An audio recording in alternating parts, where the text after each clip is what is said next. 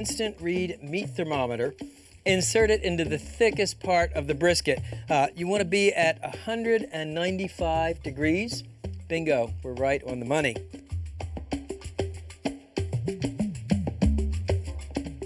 Lift this bad boy to the cutting board. You never want to cut into brisket or any large roast right away. You want to let it rest for about 10 or 15 minutes. The meat will relax. It will taste much juicier. So just tent the brisket with aluminum foil to keep it warm.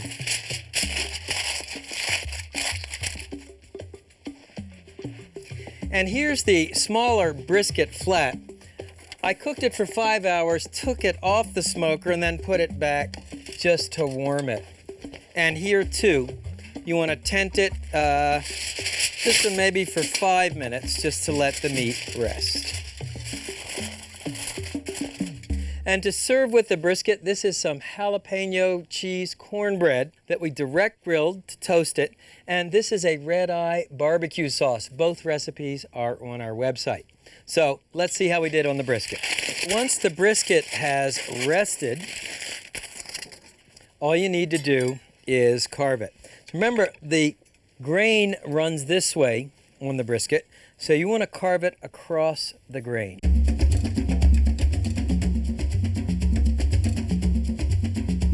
I like to put the sauce on the side of the meat so you can appreciate the spice and smoke flavors first before you taste the sauce.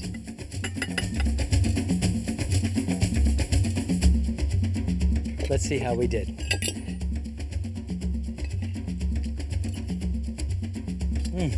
That brisket melts in your mouth. And the funny thing about the coffee, you don't really taste it as coffee, but there's a layer of flavor that's different than a standard salt and pepper brisket. So now you know the secret of nailing the perfect brisket.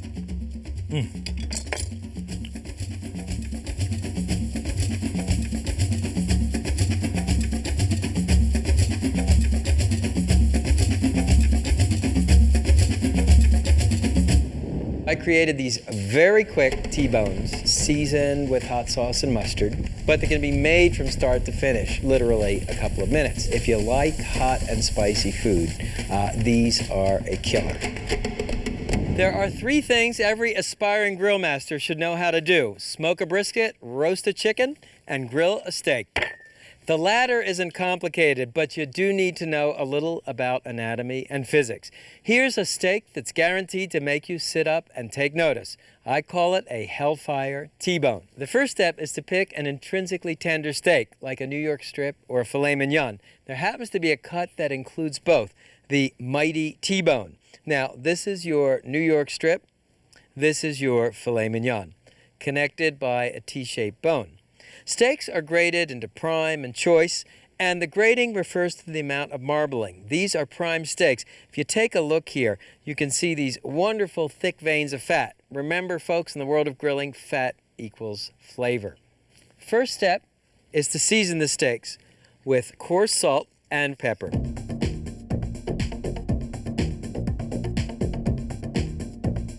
Now comes the hellfire part. Brush the tops of the steaks with your favorite hot sauce.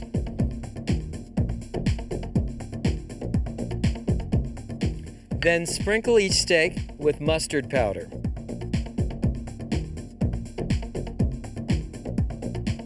Finally, you can pat the ingredients into the meat with a fork. That helps the spices penetrate the meat more easily.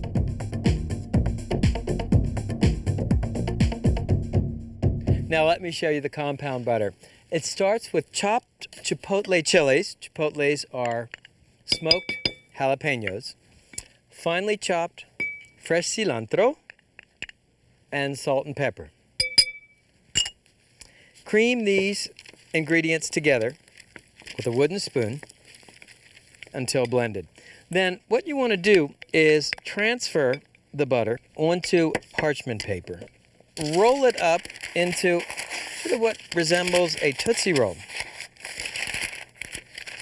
Just like that, roll it into a cylinder, and then you twist the ends. What you're going to do is freeze this compound butter and then cut off slices, put them on top of the steaks. That's another secret to making a great steak, to anoint it with some sort of fat, butter or olive oil. With our Hellfire T-bones, how about a vegetable? Jalapeno poppers. So what you do to make a jalapeno popper is you cut the top off the jalapeno, and then using a paring knife, you take out the pith and seeds. The seeds are the hottest part of the jalapeno. That's not why I'm discarding them. I'm discarding them to make room for the filling. You start with a sliver of pepper jack cheese, a sliver of smoked ham, and finally a piece of cream cheese. Then stand the popper in a popper rack. There are many different varieties, and you can find them in grill shops and cookware stores. Okay, let me show you the grill. I have preheated the grill to slamming hot, and as always, we have our little Grill Master's mantra: keep it hot, keep it clean, a few strokes of a wire grill brush, and keep it lubricated, oiled with either a folded paper towel or an oiling cloth, dipped in vegetable oil and rubbed across the bars of the grate. The grill is set up for direct grilling. I have 4 burners set on screaming hot. That's where I'll cook the steaks. 5th and 6th burner are actually on low. That's where I'll grill the poppers.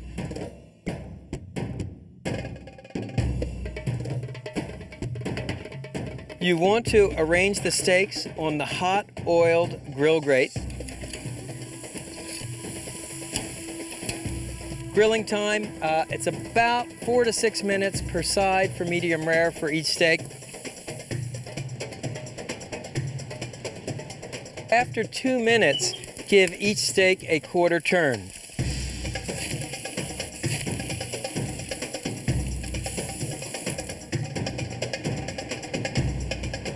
How do you know when it's time to turn the steaks? Well, the blood will actually pearl up on the top of the steak.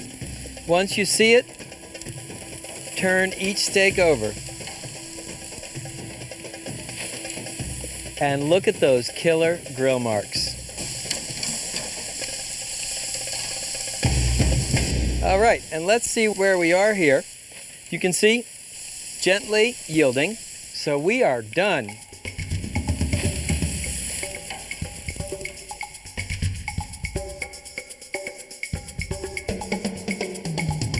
And to finish each T-bone, remember our compound butter.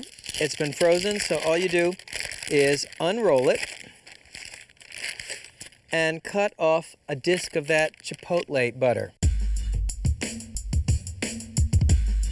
This is one of the constants on the world's barbecue trail and one of the secrets to a great steak. Anoint it with some sort of fat. For example, in Italy, they drizzle a bistecca alla fiorentina with extra virgin olive oil.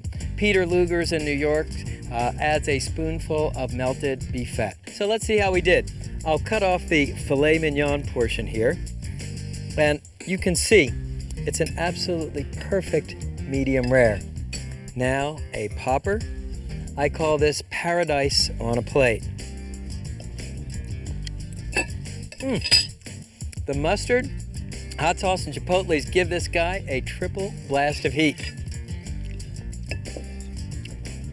And the jalapenos, that cheese and ham really does a nice smoke thing. So there you have it, Hellfire T-bone with jalapeno poppers, because some people like it hot.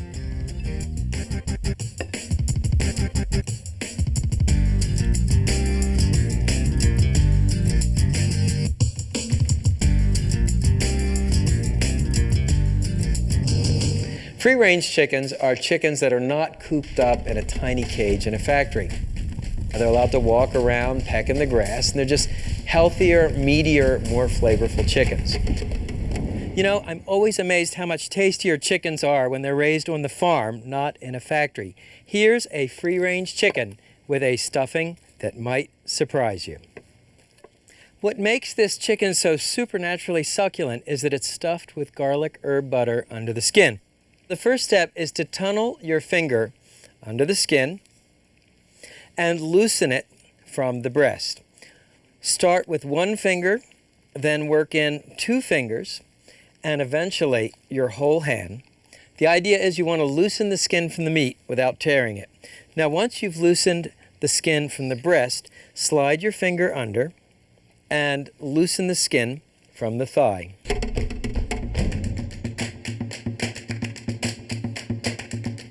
Breathe a sigh of relief. The hard part is over. Now the garlic herb butter. You want your butter at room temperature, but not soft or melting. To it, add finely chopped tarragon, chives, and other fresh herbs, Parmesan cheese, roasted garlic,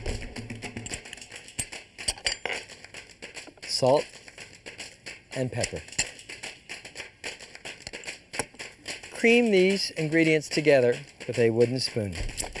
Once your butter is ready, take a spoonful and stuff it under the chicken skin.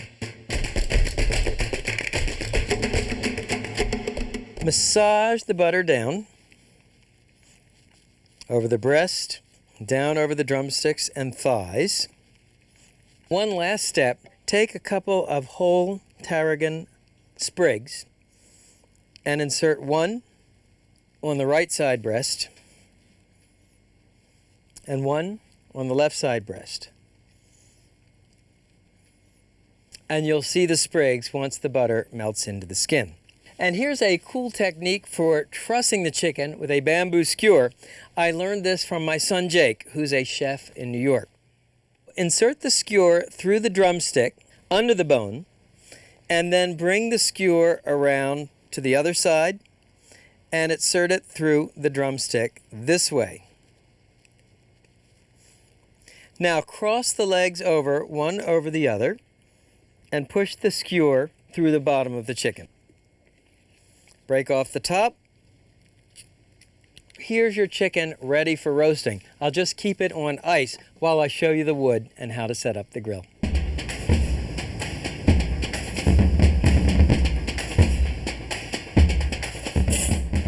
Okay, I've set up the grill for classic indirect grilling. Coals raked into mounds or placed in the side baskets on the side, drip pan in the center. Now, one cool thing to do is you can pour some red wine in the drip pan, and as this steams, it will flavor the chicken. Then simply replace the grate.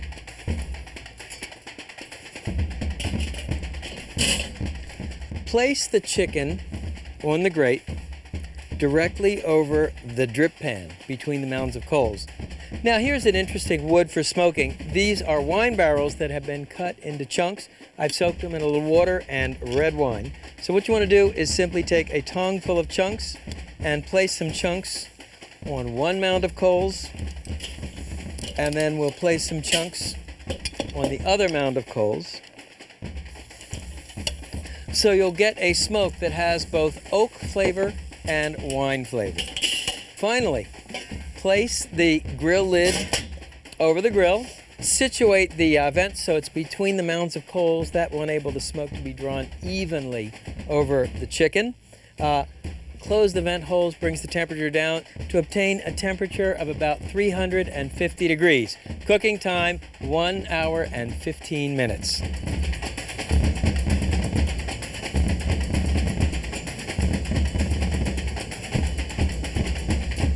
Okay, so the chicken should be done. And check it out. It looks beautiful.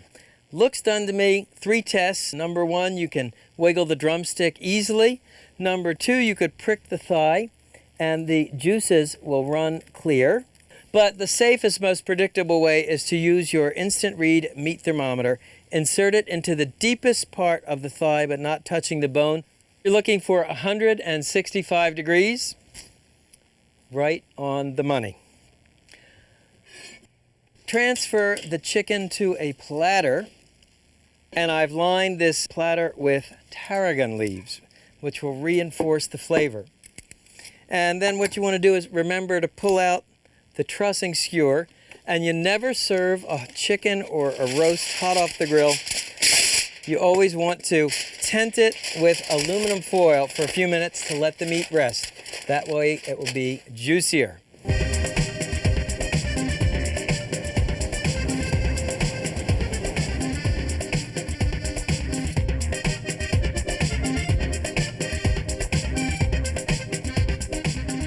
That looks really nice.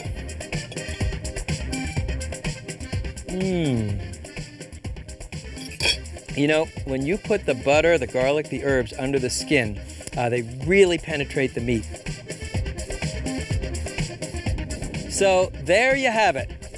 Coffee-crusted brisket, Hellfire T-bones with jalapeno poppers, free-range chicken with garlic and herbs under the skin. So now I hope you're at home on the range and on the grill. See you next time.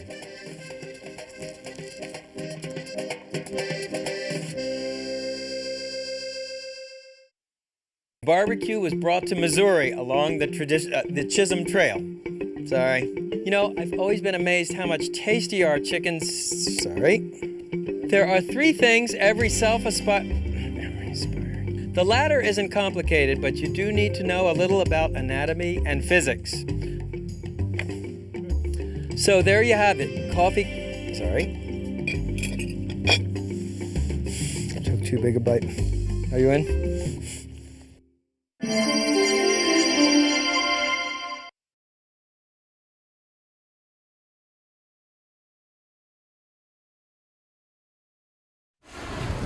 Grilled eggplant salad with caprese vinaigrette, a salad that explodes with flavor. Indian grilled cheese on a stick with grilled bread. This is vegetarian nirvana. And portobello cheeseburgers. The pesto gives the mushrooms a whole new dimension of flavor. Today we're grilling from the garden. I'm Stephen Reichlin, and from the beautiful Esplendor Resort in southern Arizona, it's time to grill.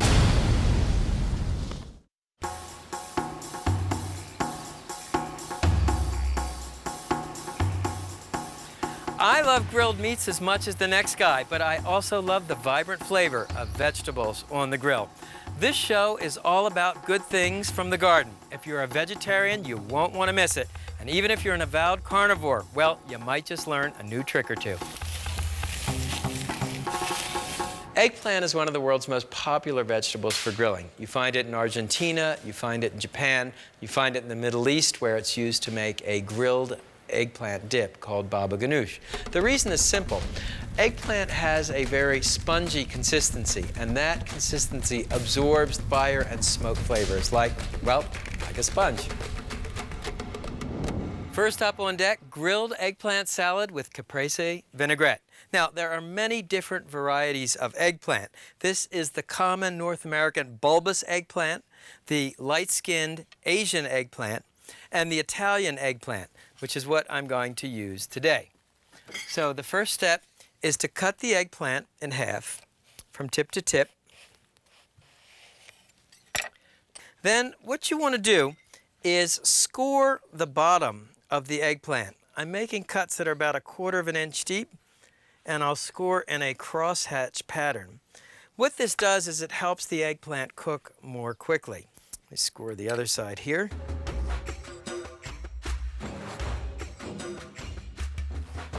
Next step, season the eggplants. So what you want to do is brush the top of each eggplant with some extra virgin olive oil.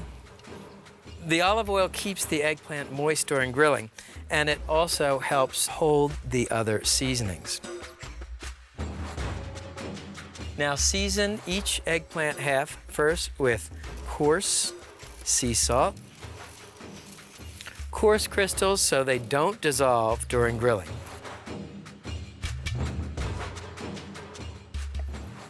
Then freshly ground black pepper,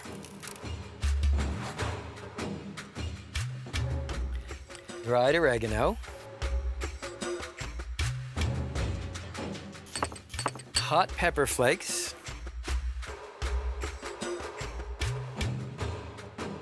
then finely chopped garlic, and last, finely chopped parsley. And you notice I kept a damp paper towel on the parsley to keep it fresh until using. Those are the basic seasonings, and you can just drizzle the eggplants with a little bit more extra virgin olive oil. I wouldn't use the brush here because it would wipe off all the seasonings. Okay, so we'll just let the eggplants marinate a little bit. Now let me show you something really cool. The other main ingredient in the salad is smoked mozzarella. Of course, you can buy smoked mozzarella, but I thought it would be fun to show you how to smoke your own. Now, this is an electric smoker, and it has several genial properties. First of all, to generate smoke, it uses these discs of hardwood sawdust. The discs go in this hopper, and they're fed automatically into the smoke chamber. You can set the temperature digitally. There's also a way to turn off the heating element so you're just smoking. When you smoke cheese, it's important to work at a really low temperature. I'll put the mozzarella on the rack in the smoke chamber.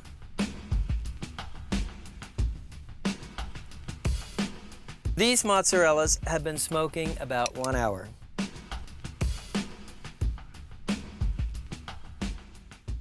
And let me show you how to set up the grill. Now, I'm working with natural lump charcoal. Use a chimney starter to light it. What you do is put a crumpled piece of newspaper or a paraffin fire starter in the bottom of the chimney. Of course, you'll be working in your grill. The beauty of a chimney starter, the vertical shape funnels the heat upright so that you get clean, even ignition in about 20 minutes. Now, I've set the grill up for classic two-zone grilling. What that means is coals raked in a single layer over 2/3 of the grill. That's my grilling area. 1/3 of the grill coal-free. That's the safety zone. So if the eggplant starts to cook too quickly or burn, you can move it there. And as always, when direct grilling, you want to keep it hot. We keep it clean with a stiff wire brush run across the grill grates. And you want to keep it lubricated. And here is a cool trick I learned in Israel. Spear a half an onion on a carving fork, dip it in oil, and use it to oil the grill grate. Israelis swear that this gives you a subtle onion flavor. Okay, so just put the eggplants on the grill. Start cut side down. So how did the eggplant get its name? Well, one of the first varieties of eggplant was the albino eggplant. Still available, by the way, and it really did look like an egg.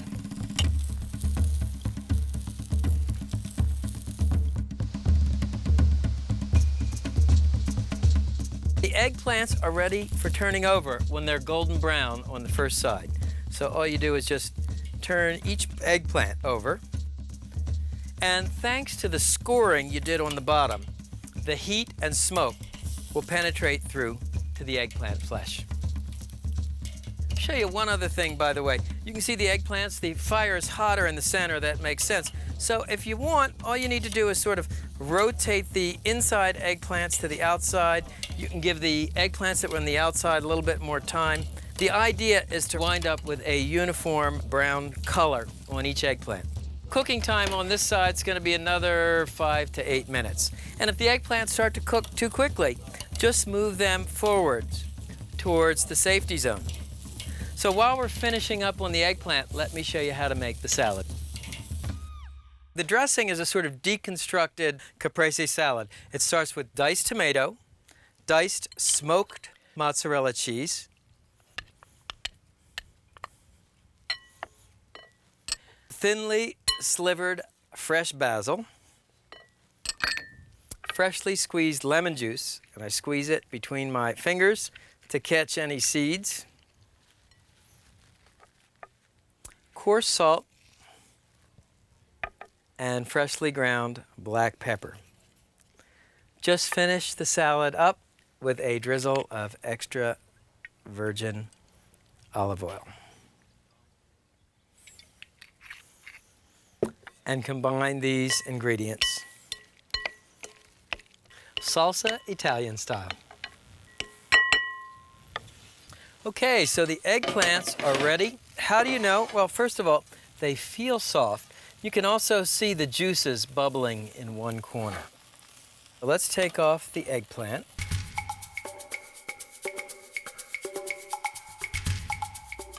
What I like about these Italian eggplants is that they're really tender and incredibly sweet. Okay, so let me show you how to put this together. Here's the grilled eggplant, and what you want to do is just spoon some of the smoked mozzarella caprese over the eggplant. Very light, very fresh. And then if you have a couple of sprigs of basil, you can just put a little basil in the center. Let's take a taste.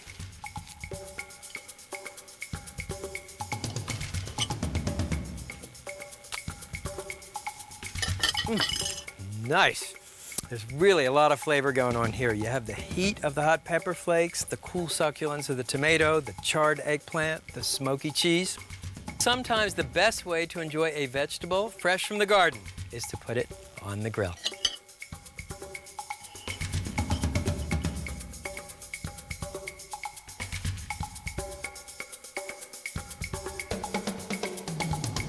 Grilled cheese is found all over Planet Barbecue. In Argentina, for example, they grill a cheese called provoletta. It's sort of a provolone-like cheese. In Greece, they grill a cheese called saganaki, crisp white cheese. And in India, they grill a cheese called paneer. A vegetarian at a typical American barbecue is like a fish out of water. Not so in India, where there are probably more vegetarians than there are people in the United States. Our next stop is New Delhi, epicenter of Indian barbecue. I like to think of this dish as grilled cheese on a stick. The main ingredient for this dish is an Indian cheese called paneer. It's a mild, firm cheese made out of cow's milk. You can order it by mail, or you could alternatively use queso blanco or Greek halloumi cheese. You want a cheese that's fairly firm so it won't melt on the grill. Next, the pepper. In India, bell peppers are a little spicier than ours, so I recommend using a poblano chili. It's a little bit like a turbocharged green pepper. Next, the onion.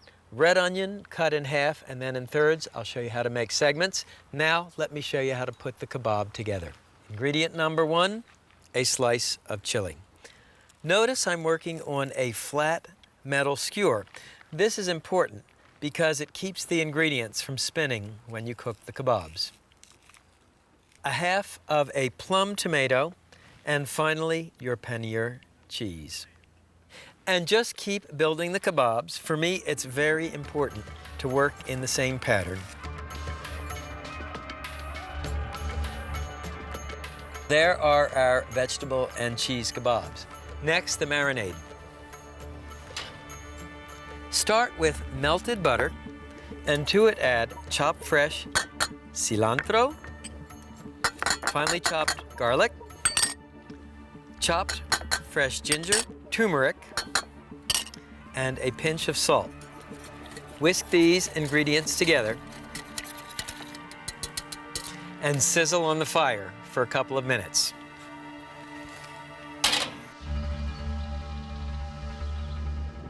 Naan may be some of the oldest barbecue in the world.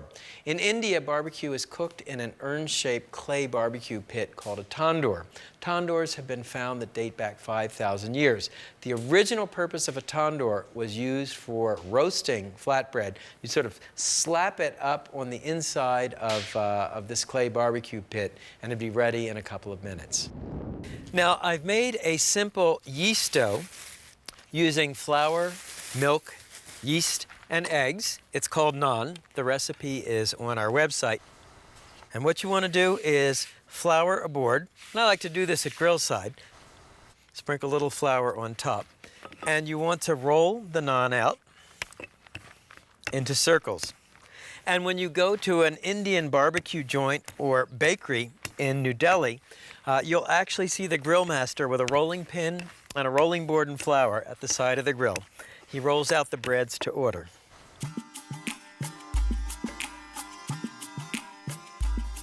I've set up the grill for direct grilling. This side is preheated, screaming hot for the kebabs. First, let's put on our grilled cheese kebabs.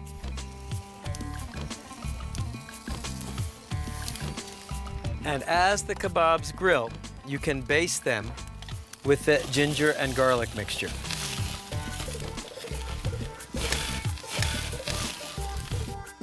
Now, for the Indian flatbreads, brush each bread on the top with melted butter.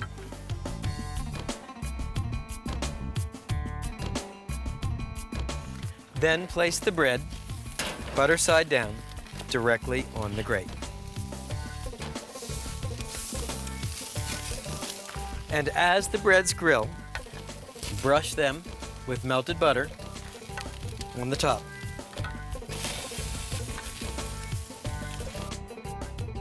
You'll see they'll start to bubble and blister on top. That's the characteristic look of Indian naan. Once the breads are brown, quickly turn on the other side. I did this little rotation because the grill's hotter on this side than this side.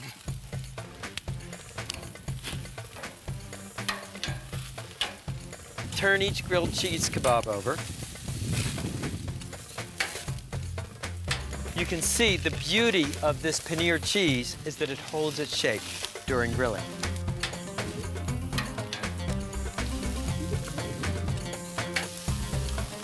And in India, as in the United States, they love bread with butter. One final step for an extra layer of flavor, you can sprinkle the kebabs with sesame seeds.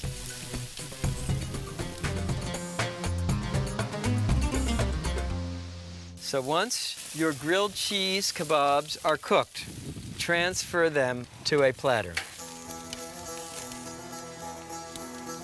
Grilled cheese kebabs with Indian flatbread. It's a new vegetarian tradition. The last step, you can just squeeze a little fresh lemon juice over the kebabs. To try these, what you can do is actually take a flatbread and just take off a few of the ingredients from the kebab and make yourself a sort of Indian grilled cheese sandwich. The cheese, the tomatoes, the grilled peppers, the bread, this is vegetarian nirvana.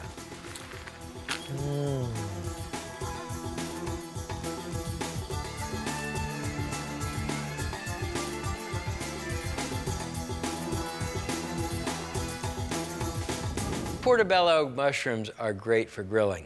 First of all, very broad cap with deep gills, so the portobello absorbs all those fire and smoke flavors. It also looks a bit like a burger or a steak, so it makes a great vegetarian alternative to grilled meat. To judge from your emails, you love portobello mushrooms, especially on the grill. You might think of our last dish as a cheeseburger with a twist. The burger is actually a portobello mushroom marinated in pesto. The portobello mushroom is the largest mushroom available at the market. And what you do is first clean the cap with a damp paper towel. Next, using a paring knife, cut the stem off flush with the cap. Now, to add extra flavor and reinforce the pesto idea, make a series of holes in the gill side of the cap. In some of the holes, place slivers of Pecorino Romano cheese. In other of the holes, place slivers of garlic, then pine nuts. Finally, take a couple of basil leaves, roll them up into a tight tube, make another hole, and insert the basil leaves in the portobello mushroom cap. Next, the pesto. It starts with basil and coarsely chopped garlic, pine nuts, and Pecorino Romano cheese, exactly the same ingredients we use to stuff the mushroom caps. And whenever you're working in a food processor, brine the dry ingredients first, then add your liquid ingredients, extra virgin olive oil, and fresh lemon juice. And process these ingredients until smooth. And you just want to puree this to a smooth paste. Now take the pesto, pour 6 circles of pesto on the baking sheet. Spread these flat with the back of a spoon. Place one portobello mushroom on each circle. This is how you marinate both the top and bottom of the portobello. And finally, pour the remaining pesto on top of each mushroom.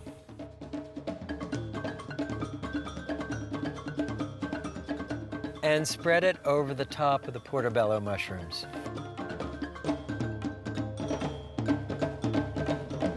I always try to include at least one vegetarian show in Primal Grill. First of all, my wife and daughter were both vegetarians when I wrote my first barbecue book. Second of all, there are a lot of vegetarians out there. I think there's 7 or 8% of the American population is vegetarian. It's very important to bring vegetarians to the barbecue table. One last step, onion buns, which I'll brush lightly on both insides with extra virgin olive oil. Next, let me show you the grill. I've set up the grill for direct grilling. This side of the grill set on medium-high, this side on medium. The portobello mushrooms need a little bit more heat than the buns. Let's put on the mushrooms. Now you want to start grilling the mushrooms gill side down.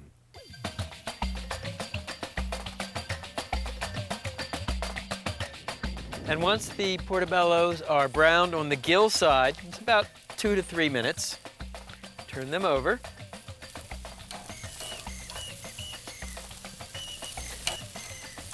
It smells very, very nice.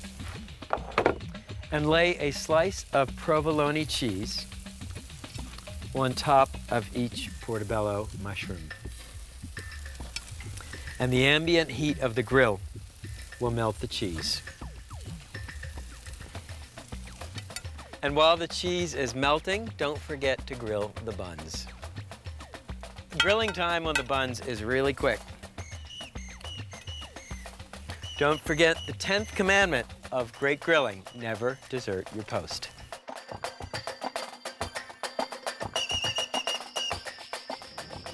So here are the grilled buns. And once the cheese is melted, simply pull the portobello mushrooms off the grill.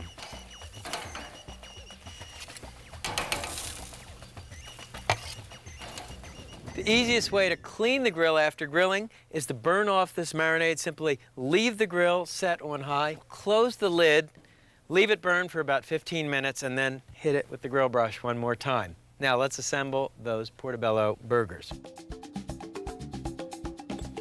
On top, place a portobello cheeseburger, a piece of lettuce, and the second bun on top.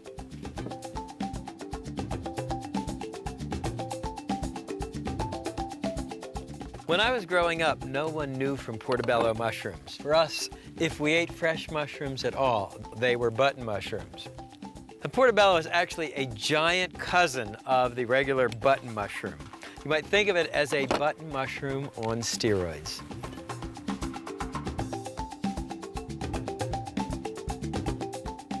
Let me build one for me. So again, the bun, the portobello mushroom burger, the lettuce leaf, and the bite. The pesto adds a whole new dimension. Carnivores, eat your heart out. Grilled eggplant salad, Indian grilled cheese with grilled bread, portobello cheeseburgers. Vegetarians, we've got you covered.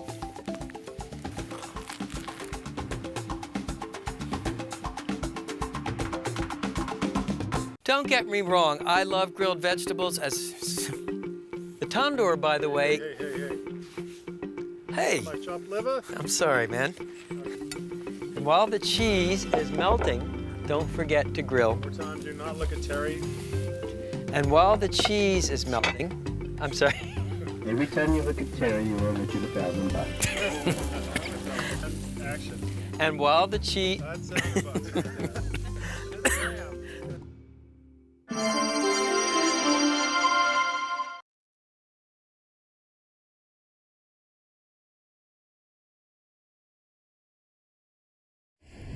Trout grilled in grape leaves. Great taste, and it won't stick to the grill grate. Red wine chicken with Cabernet barbecue sauce. Beer can chicken gets a college education. And wine marinated filet mignon. Beef meets vine with felicitous results.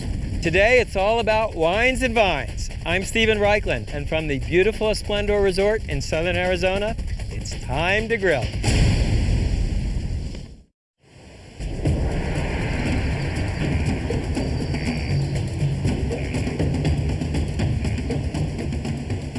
Reichland's rule states that if something tastes good baked, fried, or sautéed, it probably tastes even better grilled. The inspiration for the trout grilled in grape leaves was a Georgian dish called kolhida. And I'm talking about the Republic of Georgia now, not the state in the southeast of the United States. Georgians love to grill. Georgia is a great wine growing region, so the idea of wrapping a food in a grape leaf was completely natural. The stuffing is pure Georgian, ground walnuts, coriander, dill, and lemon. I mean, you find that in a lot of Georgian dishes.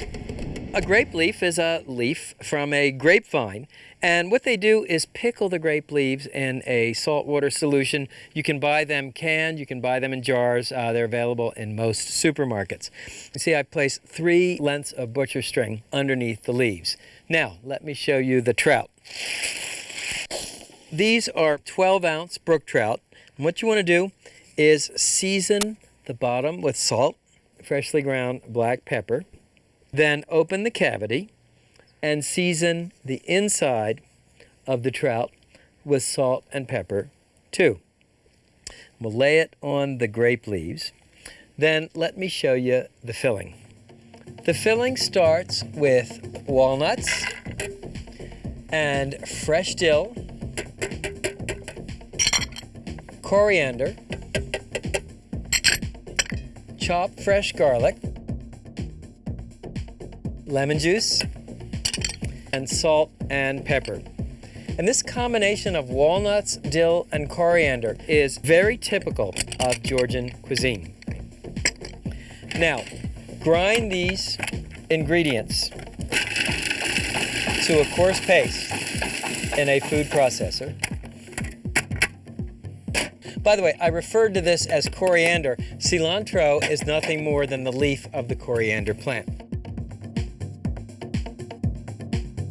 Then arrange another layer of grape leaves on top of the fish, tucking the bottom leaves underneath. Now, just double your butcher string over, loop through once, then once again to make that butcher slip knot.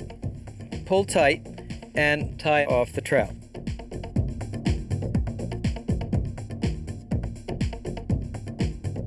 We'll cook the trout in a fish basket. You can see it has hinged wire panels.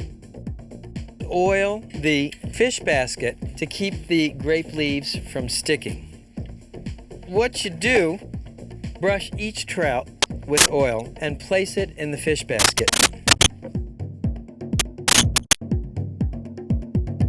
Then to finish up, pull the top panel over the fish and affix the top and the bottom with this metal ring. So the fish is ready for grilling. We're going to grill the fish over charcoal, and to light the charcoal you want to use a chimney starter. Place a crumpled piece of newspaper or use a paraffin fire starter. Place it in the bottom, light it. Thanks to the vertical shape, the coals will light uniformly in about 20 minutes. Of course, you'll do the lighting in the grill. I have another chimney ready to roll there. So what you want to do is just take your coals and dump them in an even layer across the bottom of the grate. And because you're working with a grill basket, you don't even need a grill grate. You can simply take the fish and grill it directly over the coals, as you see here. This is a great dish to cook when you're camping. You could cook it right over a campfire. And what's going to happen here is these salty, tangy grape leaves are actually going to flavor the trout while protecting the delicate flesh from the raging heat of the coals. Cooking time is pretty quick. It's really about 4 to 6 minutes per side. And of course, if you don't want to hold the basket, you can always lay it on a grill grate. However, for me, the closer I can get to the fire, the better.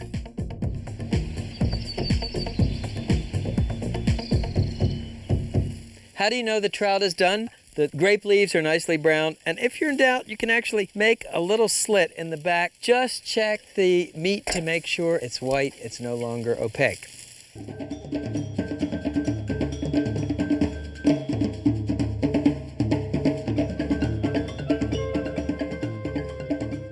Keep the flavoring simple, maybe a few lemon wedges.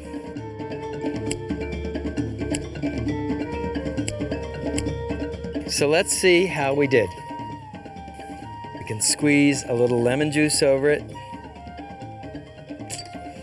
cut into it, and look, it's perfectly cooked in the center.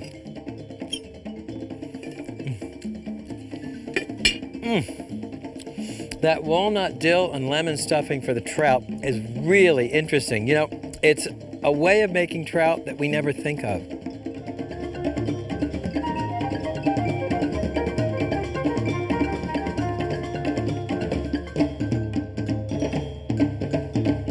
There is a venerable tradition of pairing red wine and chicken in France. In fact, one of the most famous dishes in the French repertoire is coq au vin, chicken marinated and cooked in red wine. So when I created this dish, I sort of think of it as coq au vin on a cannon. If you know this, and you know this, you're probably familiar with beer can chicken. It's a guaranteed showstopper, and it's simply the best way I know to cook chicken. Well, here's what happens if a beer can chicken crosses the road into California's wine country. It will give you a whole new perspective on an American barbecue classic. First, the chicken. Start with a 4.5-pound roasting chicken and remove any pockets of fat that may be in the cavity. Next, the marinade. Start with 1 onion thinly sliced and add 2 cloves of garlic, thyme and bay leaf, extra virgin olive oil, salt, pepper, and dry red wine, like a Cabernet Sauvignon.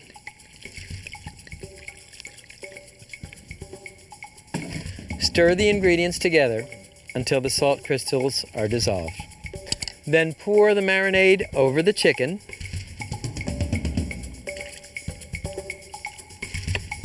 And marinate it in the refrigerator for at least 4 hours, or as long as overnight. And here's one I marinated earlier. Note, you can do your marinating in a resealable plastic bag.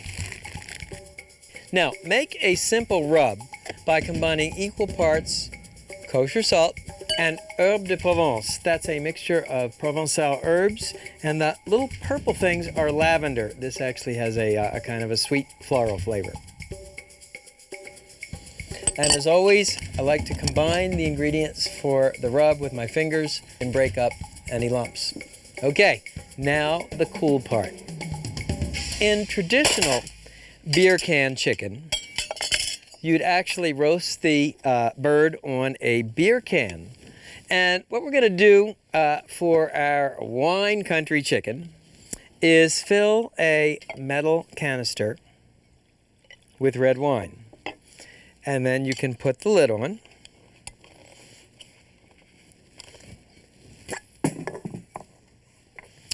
Now, take out your beer can chicken. You want to drain out the marinade and drain the bird.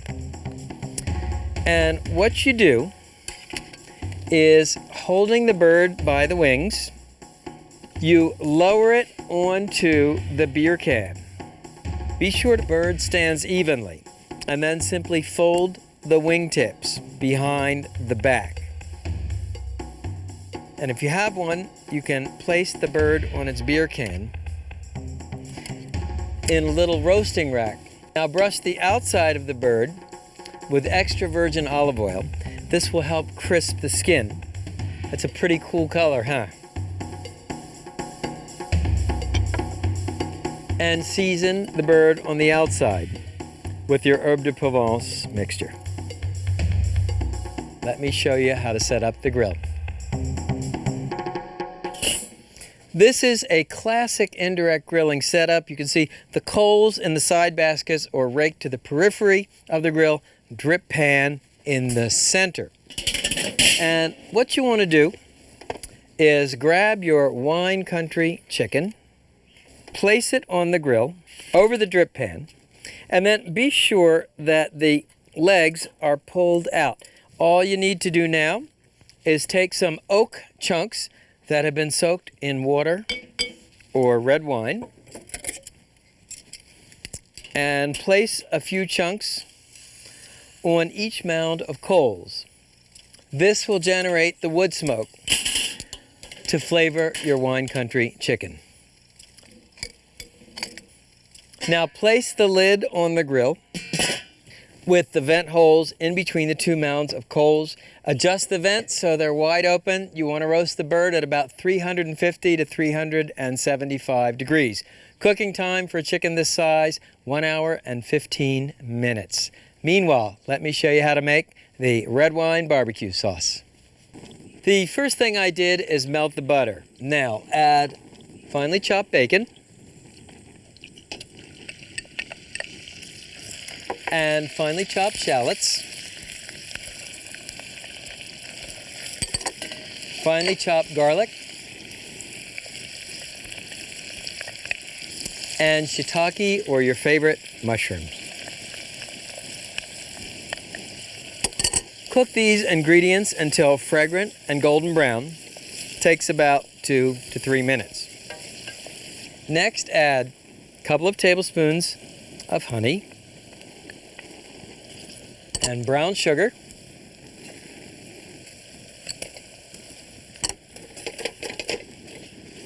So that'll add a touch of sweetness. Then liquid smoke, which is a perfectly natural ingredient, salt and freshly ground black pepper. Then ketchup or tomato sauce if you'd like a wine sauce that's a little less sweet. Finally, red wine like Cabernet Sauvignon or Merlot. Simmer the sauce until thick and syrupy, stirring from time to time.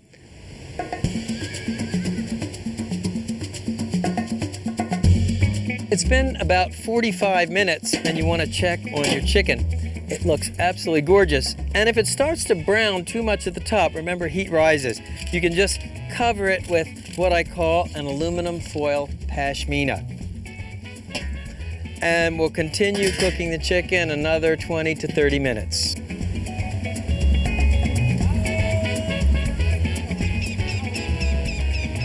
It's been an hour and a quarter. And our wine can chicken looks perfect. But you always want to check with an instant read meat thermometer. Insert it into the deepest part of the thigh, not touching the bone. You're looking for 165 degrees. Okay, so all we need to do is lift the beer can chicken when it's racked off that drip pan, and you can serve it right on the platter. Let's see how we did. I'll just carve it right off the can. And look how juicy that bird is. That's thanks to the wine can. Let's take a spoonful of our red wine barbecue sauce.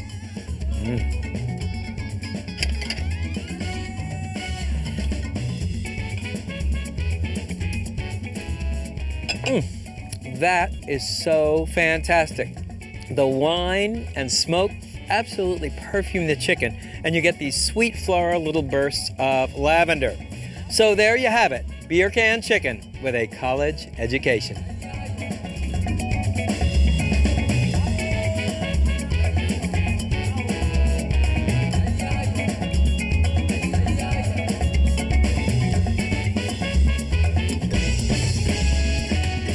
Every step of the winemaking process actually enters into the local grilling. For example, you might marinate meats in wine. You might stoke your fire with grapevine trimmings. When you go to serve a great steak, nothing can beat a great red wine. The idea of this dish was to really pump up the flavor by using a red wine and juniper marinade. Red wine gives beef an incredible depth of flavor, especially when you use a mild, lean cut like luxurious filet mignon. First, the good news about filet mignon. It's the absolute tenderest steak that comes from the steer. The not so good news is that it's extremely lean, so you need to find a way to put some fat in it to keep it from drying out on the grill. Well, the first technique is to wrap the filet mignon in bacon. You want to use a good, thick smokehouse-style bacon. Then tie the bacon in place with a piece of butcher's string.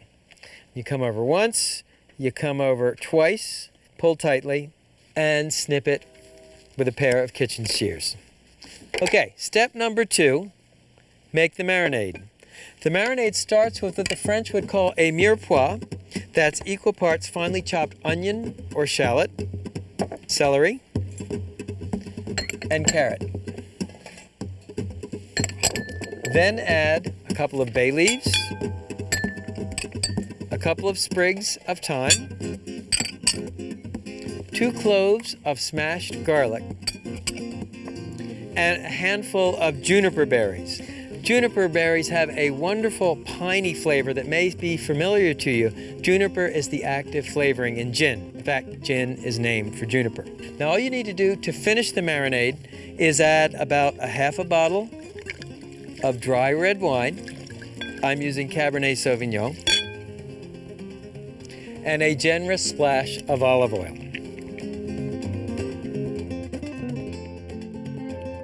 Mix the ingredients with a wooden spoon and pour them over the beef.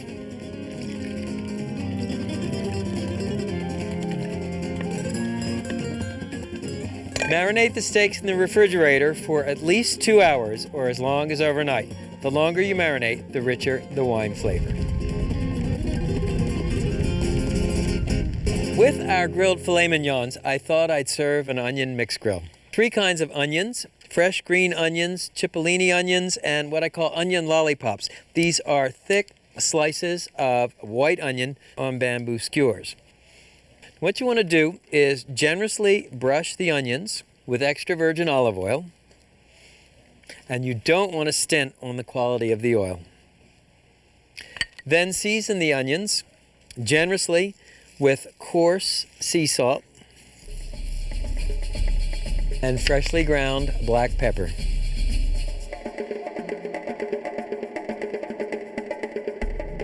Again, coarse sea salt and freshly ground black pepper.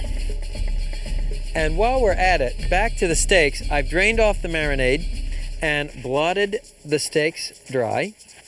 Brushed the steaks on both sides with extra virgin olive oil and season with coarse salt and freshly ground black pepper. What this does is it helps give you a savory crust during grilling. And be sure to brush and season the other side as well.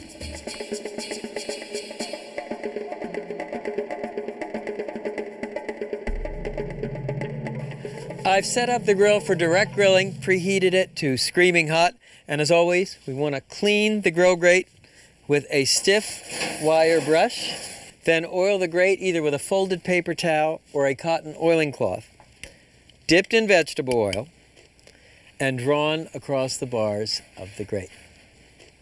Let me put on the steaks. Steaks this thick will take about 6 minutes per side to cook.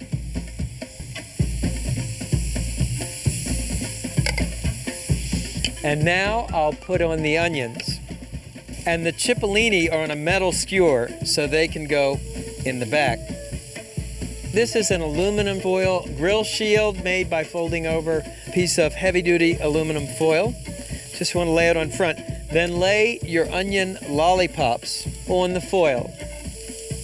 And the shield keeps the wood from burning. Likewise with these green onions, you can start the onions with the green part on the foil. That way the bulbs will cook, and then at the last minute you'll take the foil away and you can cook the greens. Cooking time for the onions about 3 to 4 minutes per side, and I'll close the grill lid to keep the heat in. That'll speed up the cooking for the filet mignons.